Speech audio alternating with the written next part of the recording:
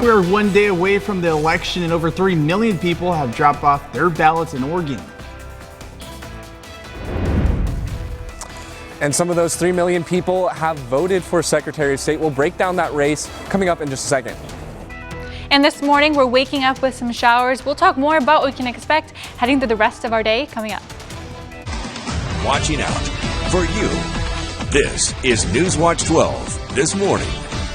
Good morning. The time is 6 a.m. on Monday, November 4th. Welcome to NewsWatch 12 this morning. I'm Damon Alvarado. And I'm Brinkley Hill. Let's check back in with Sarah because it is a very cold morning out there. Sarah, I was sprinting to my car trying to turn on the heat this morning. So what are people seeing as they head out on their commute? Again, this morning, we'll expect to see those cooler temperatures, also seeing some showers, but those will be dying out soon. We'll expect another round of showers to be pushing through later today with the cold front moving in. But taking a closer look where we're seeing those showers this morning, showers dying down as we're making our way past Medford, a lot of them along the Cascades, and we'll see a shorter, drier period, but showers looking to return by the time we're heading into those middle morning hours. But for today, we can expect temperatures to be below average. 53 into Medford for our high today. Over into Klamath Falls, only a high of 50, and we'll likely be staying dry as we move over east of the Cascades today.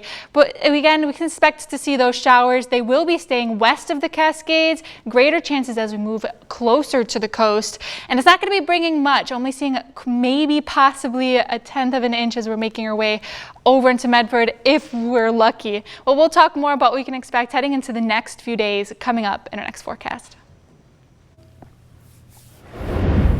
The general election is just one day away, meaning you have between now and tomorrow to turn in your ballots. Now, it's recommended that you don't mail them in. Instead, you should turn them into an official ballot box. There are locations through each of our counties in Southern Oregon. And if you have any struggles, you can always go to your local elections office or head to our website. Educated voter is a smart voter. So make sure that you are gathering the information and voting based on your values as a United States citizen, the things that you value in your life, and make those informed decisions when voting your ballot. Of polling and drop box locations on our website.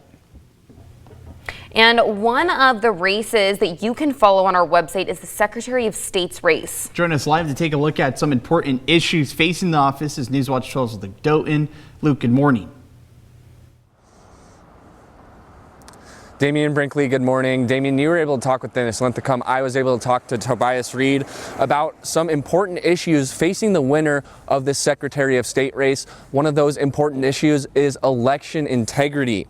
The Secretary of State helps oversee elections and has responsibilities that are critical, especially as Oregon deals with those hundreds of wrongly registered voters that we've been talking about through the DMV earlier. Linthicum told us that during his time as a senator, he saw bills that he doesn't think are up to snuff to provide election integrity. And during those 8 years, I've seen many bills and measures come through the legislature that actually lack the precision required for ensuring election integrity. When I asked Tobias Reed about election integrity, he told me he thinks the state of Oregon has done a good job making sure that elections are fair and inclusive, but he said we can't rest on those laurels. There's still a lot of work to be done to make sure things like that DMV registration mistake never happen in the state of Oregon again. But coming up at 6:45, we're going to hear from Reed about another issue that he thinks is going to be very important for whoever takes over the Secretary of State office coming up in the new year. Live in Medford, Luke Doughton, NewsWatch 12. This morning, we have the most up-to-date voter turnout right here in the Rogue Valley. As of Halloween, there are over 3 million registered voters in Oregon, and the number of ballots returned is just over 1 million, making the percentage of ballots returned 34.1% this morning. Now let's take a closer look at the counties here in Southern Oregon. Lake County currently leads with 44.0% ballot return rate, followed by Curry County at 48.2%, which has the highest percentage. Josephine County is at 40.7%. Jackson County stands at 38.6%. And Klamath County has a return rate of 39.5%. We know that this time of year can be stressful. Looking through those ballots or talking to families, friends and families can be draining. One organization is hoping to bridge the political divide that this election can bring. And the Braver Angels of Southern Oregon is hosting a post-election nonpartisan conversation on Saturday. They hope the conversation events will be there for those on both sides of the aisle to find a common ground, especially after such a polarizing election. I think we agree on a lot of things.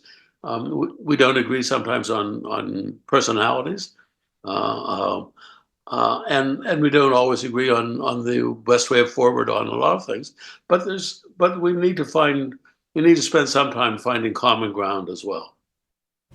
The event will be at the Washington Federal Bank Conference Room in Ashland from 1 to 2 p.m. Rogue Valley residents of all political views are invited to participate and share their views and understandings with the rest of the community.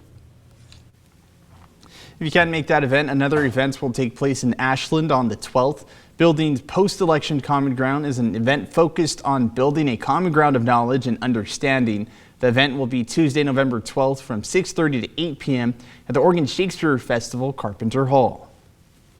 The Oregon Office of Emergency Management is reminding people of election resources. You can report hate speech, bias crimes, and voter intimidation during election periods. The office says that hate crimes are motivated by a person's bias against someone else's protected class. This can be discriminatory graffiti, vandalism, or stealing a symbol like a pride flag. It can also be the verbal use of slurs or physical assault. The first number on your screen is where you can report a hate crime. And for those who believe they're facing voter intimidation, there is a voter protection hotline that you can call that's managed by the DOJ.